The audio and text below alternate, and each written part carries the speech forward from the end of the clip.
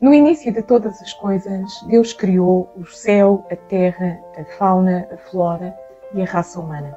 O livro dos princípios, de Gênesis, desvenda-nos a fascinante história do primeiro homem e da primeira mulher. Nada mais apropriado para o início de um novo ano do que descobrirmos a origem de todas as coisas, os princípios dos princípios e o que isso significa.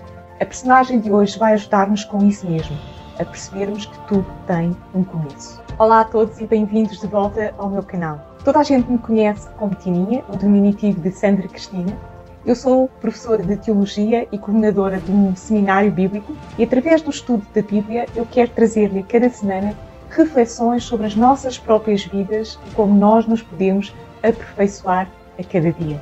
Mais do que querer contribuir para a polarização da discussão ciência versus Bíblia, este vídeo assume que Deus é o Criador de todas as coisas. E o livro de Gênesis não foi escrito para provar o processo da criação, mas sim explicar a origem da criação, que é Deus. Gênesis significa origem. E como estudantes da Bíblia, devemos nos aproximar do livro de Gênesis como um livro espiritual, que explica as origens espirituais de todas as coisas. Tudo o que vemos no natural deriva da sua origem espiritual, como o apóstolo Paulo explicou em Colossenses 1,16.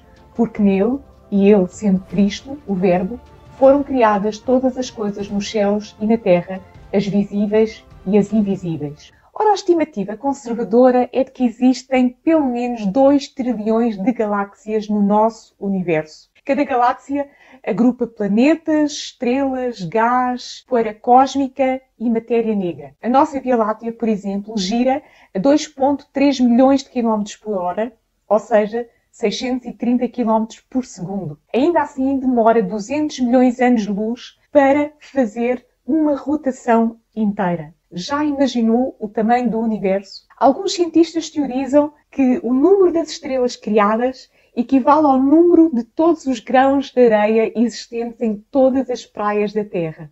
Isto é formidável demais para pensarmos que não existe uma mente criadora por detrás de tudo isto. Deus não somente criou um universo impressionante de forma soberana, como Ele o mantém a funcionar até hoje, com leis precisas, onde cada peça tem de se encaixar rigorosamente na outra para tudo subsistir. Eu vou-lhe dar um exemplo que você vai compreender imediatamente.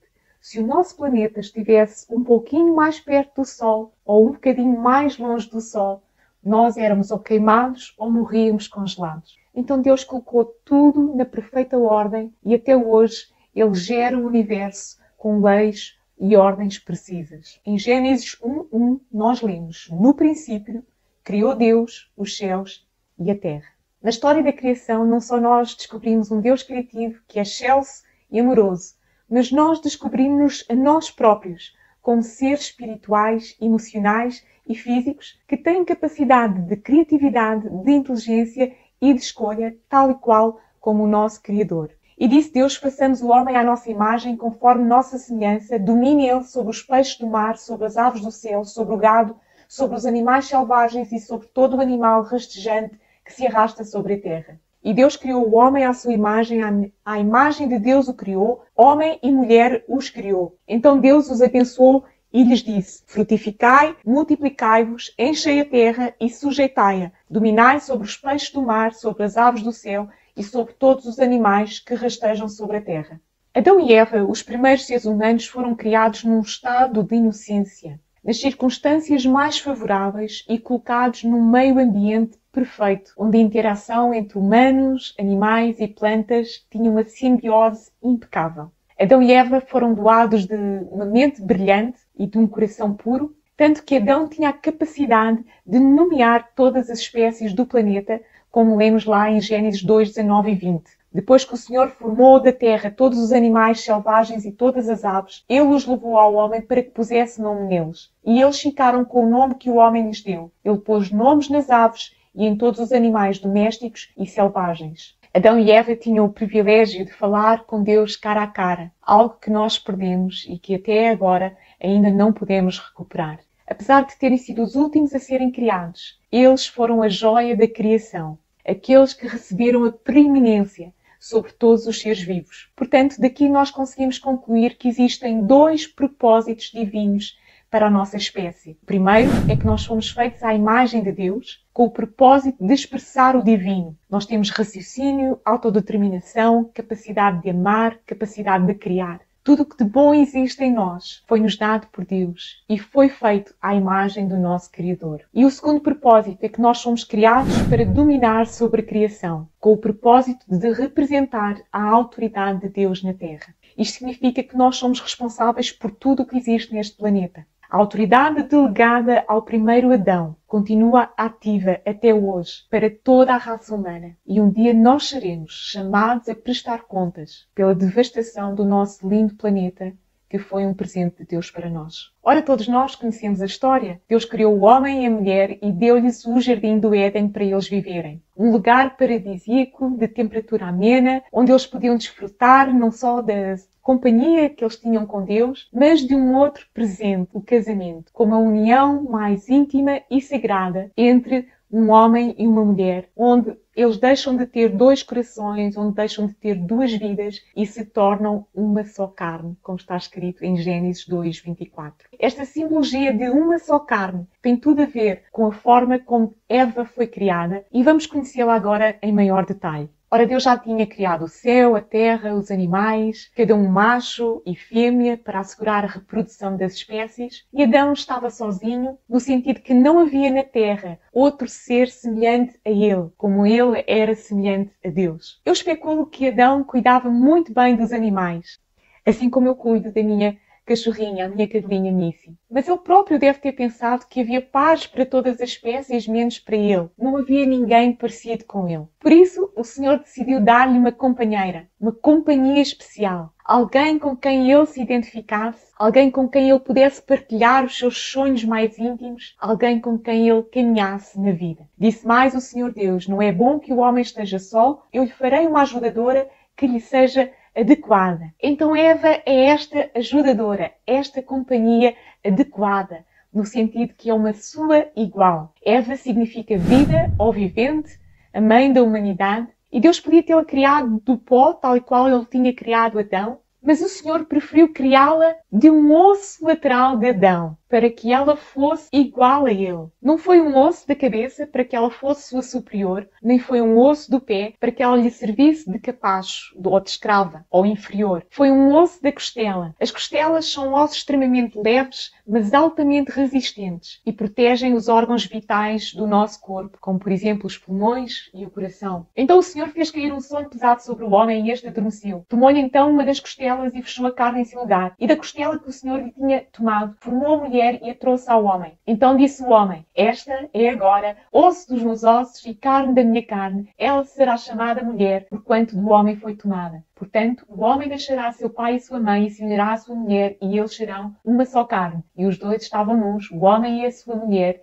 e não se envergonhavam. Junto com o poder da escolha, Deus deu a Adão e Eva a oportunidade de escolherem amá-lo e obedecê-lo. Porque se Deus não tivesse dado livre-arbítrio, eles seriam como que escravos, robôs, sem capacidade de escolher e sem vontade própria. Então os símbolos dessa livre escolha foram colocados no Jardim do Éden sob a forma de duas árvores. A primeira, a árvore da vida. Adão e Eva tinham sido criados mortais, tal como você e eu, e por isso, para eles viverem bem, com saúde e viverem para sempre, eles teriam que comer da árvore da vida. Eles podiam ter continuado a viver para sempre se eles a tivessem provado e comido dela. As propriedades desta árvore especial são curativas. E João viu a árvore da vida na sua visão da Nova Jerusalém, lá em Apocalipse 22:2. E ele descreve esta árvore da seguinte forma: em cada lado do rio está a árvore da vida, que dá 12 frutas por ano, isto é, uma por mês. E as suas folhas servem para curar as nações. Eu até especulo que Adão e Eva comiam daquela árvore para se alimentar e que provavelmente eles eram vegetarianos, porque ainda nenhum animal tinha morrido nesta altura da história. O segundo símbolo da obediência e da livre escolha era a árvore do conhecimento do bem e do mal. E para os frutos desta árvore simbolizarem o mal, significa que a rebelião de Lúcifer no céu teria ocorrido antes da terra ser criada. Por isso é que o mal aparece sob a forma da serpente, ou seja, Lúcifer disfarçou-se, encarnou num animal para enganar Eva e para levar Adão e Eva a caírem em desobediência e a escolherem comer o fruto da árvore do conhecimento do bem e do mal, através de uma distorção daquilo que Deus tinha dito. As propriedades especiais desta árvore eram morte e separação eterna de Deus. Quando no capítulo 3 se desenrola a tentação e a queda, vemos que toda a corrupção que permeia o mundo até hoje é resultado da desobediência adâmica. A tentação de Eva é o paradigma da nossa própria tentação ainda hoje. Adão, que significa homem, é muitas vezes na Bíblia usado para se referir à humanidade. E tal como Adão foi o primeiro homem, Jesus Cristo veio como o último Adão, o representante de uma nova humanidade, como nos diz 1 Coríntios 15, 45. Assim como a desobediência de Eva trouxe a morte à raça humana, ela também seria o canal da vida, como mãe do libertador da sua linhagem. Por isso é que as linhagens são tão importantes e se você tiver curiosidade, eu recomendo que veja o meu vídeo sobre as genealogias, porque vai explicar mais em detalhe como é que as genealogias da Bíblia nos mostram o plano da redenção. E eu quero concluir com 3 características de Eva que são importantes para nós ainda hoje como raça humana. Primeiro, ela era mulher e, desde a queda, Satanás tem trabalhado para deturpar e roubar a identidade dos seres humanos. Em primeiro lugar, nós fomos feitos à imagem e semelhança de Deus. Isto significa que nós somos valiosos, nós somos filhos de Deus. Nós somos o único ser no universo que foi feito à imagem e semelhança de Deus. O único ser vivo que é semelhante a Ele. Mas Deus criou-nos macho e fêmea para que pelos 2 sexos nós pudéssemos assegurar a reprodução da espécie. Tal como está escrito lá no início, crescei, multiplicai e enchei a terra. Esta foi a ordem que Deus deu ao homem. Para dominarmos sobre o planeta, nós teríamos que nos multiplicar. E a única maneira da raça humana se multiplicar é havendo um macho e havendo uma fêmea. Tal como 2 metades se tornam uma metade, também nós, macho e fêmea, nos tornamos uma só carne através do casamento entre um homem e uma mulher. E daí nascem os filhos que são sagrados para o Senhor. Isto significa que cada parte, ainda que seja igual, ao mesmo tempo é diferente e tem papéis diferentes. Mas cada um tem papéis que são valiosos e que não podem deixar de subsistir se a outra parte não existir. Lembrem-se que antes, quando Adão ainda estava sozinho, nada acontecia. Ele não tinha uma companhia, ele não tinha uma adjutora, ele não tinha ninguém que pudesse falar ao mesmo nível que ele, porque era necessário que fosse alguém da sua espécie para que ele pudesse não só se reproduzir, mas viver feliz e viver bem. A responsabilidade de Adão, que lhe foi dada por Deus, era cuidar, era trabalhar do jardim. E a responsabilidade de Eva, que lhe foi dada também por Deus, era ajudar o marido a cumprir o propósito de Deus de exercer domínio, ou seja, autoridade sobre todas as coisas que estavam no seu domínio, que era a terra. Enquanto Adão tinha em si a capacidade de produzir vida, Eva tinha em si a capacidade de desenvolvê-la no seu ventre. O homem deu vida à mulher através da costela e, por sua vez, a Eva, a mulher, deu vida ao mundo através do seu ventre. E pela linhagem da mulher veio o Salvador, o Messias Jesus. A divisão entre os 2 sexos começou logo com a queda, quando Adão acusou a mulher de o ter levado a pecar, em vez de ter assumido a sua responsabilidade, porque era dever de Adão proteger Eva da serpente, a personificação do mal. E ele deixou-a sozinha. Nós vemos o diálogo entre Eva e a serpente, só as duas. Significa que ela não estava com Adão por perto. E em vez de Adão ter dito, não, Eva, não vamos desobedecer à ordem de Deus, não vamos comer do fruto, pelo contrário, ele consentiu e comeu também, tal como ela. Então, ao longo dos séculos, nós temos assistido à guerra dos sexos. Primeiro com o machismo, depois com o feminismo e agora com o transgenerismo. As pessoas querem sempre ser aquilo que não são, aquilo que não nasceram para ser. Em vez de entenderem o privilégio único de quem são e atuar dentro da sua autoridade, dos papéis que lhe foram dados. Se alguma vez você se considerou menos daquilo que é, eu estou aqui para lhe dizer que você é perfeito tal e qual como é, você é perfeita tal e qual como é. Tal e qual como Deus o criou. Com o sexo que Ele lhe deu no seu nascimento. É essa a dádiva divina que Deus lhe deu para você atuar como representante da glória de Deus aqui na Terra e exercer a sua autoridade nesta vida. A segunda característica de Eva é que ela era adjutora. O que é que isto significa? Ela era uma companheira e uma ajudante do seu esposo. Ela ficou firme e fiel ao lado do seu marido, mesmo quando eles foram expulsos do Jardim do Éden, mesmo quando eles tiveram que entrar num estilo de vida que eles não estavam habituados, porque eles viviam num lugar paradisíaco, onde tudo crescia, onde tudo se desenvolvia, sem haver problemas, sem haver esforço, sem haver suor.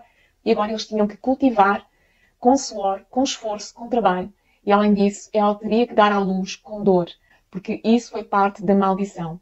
A terra iria produzir espinhos e cardos e o homem teria que trabalhar com esforço e debaixo do seu suor e a mulher teria que enfrentar as dores do parto. Mas ela permaneceu firme ao lado do marido, mesmo quando eles perderam os 2 filhos, um assassinado e o outro exilado por causa de homicídio. Ela criou filhos e filhas no temor do Senhor, ensinando-lhes a buscar a Deus através dos sacrifícios e dos dízimos, como nós vemos lá em Gênesis 4, 3 e 4. Ela ficou inabalável ao lado do marido, enquanto a terra, agora amaldiçoada, produzia ervas daninhas. Ela ajudou Adão a construir uma vida e ficou com ele, inabalável, adjutora, companheira, amiga, fiel, até à morte. E se você é casada, eu quero dar-lhe este conselho neste novo ano. Seja uma frente unida com o seu esposo em todas as áreas da sua vida, inclusive na criação e na educação dos seus filhos. E se você ainda não é casada, então quando estiver a orar por um esposo, por um marido, lembre-se disto, que você vai ser a companheira, a mulher que estará ao lado do seu marido a enfrentar a vida e o seu principal papel é o de ser uma adjutora. A terceira característica de Eva é que ela era resiliente. Mesmo após perder tudo por causa da sua desobediência, ela seguiu em frente, aprendeu com os seus erros, buscou a sua restauração da sua comunhão com Deus, ensinou a sua família a continuarem a seguir ao Senhor. Vemos os filhos de Adão e Eva oferecerem os seus dízimos em sacrifício a Deus, os dízimos do seu trabalho, no capítulo 4. Portanto, quem é que lhes ensinou isso? Obviamente que foram os pais. Tal como Eva foi resiliente para aceitar as consequências das suas decisões no início deste ano, eu incentivo a si a ter a resiliência para superar todos os obstáculos, sejam passados, presentes ou futuros, e não se deixar abater por causa de eventuais fracassos que você venha a ter. Nós devemos aprender e seguir adiante. Então estas eram as 3 características de Eva que eu lhe queria trazer hoje. Ela era mulher, ela aceitava o seu sexo, ela era adjutora, ela era uma companheira fiel e ela era resiliente. E se você se identificou com este vídeo, se achou este vídeo interessante, então deixe aí o seu gosto, deixe o seu comentário. Não se esqueça de subscrever o canal e ativar as notificações para ser avisada cada sábado quando sai um novo vídeo. E partilhe este vídeo com alguém que precisa de ouvir esta mensagem, pois através do seu contributo eu chego a mais pessoas. E diga-me aí qual é o seu herói favorito, porque eu gosto muito de ler os vossos comentários. Até ao próximo sábado e já sabe, sinta-se amado, porque Deus o ama.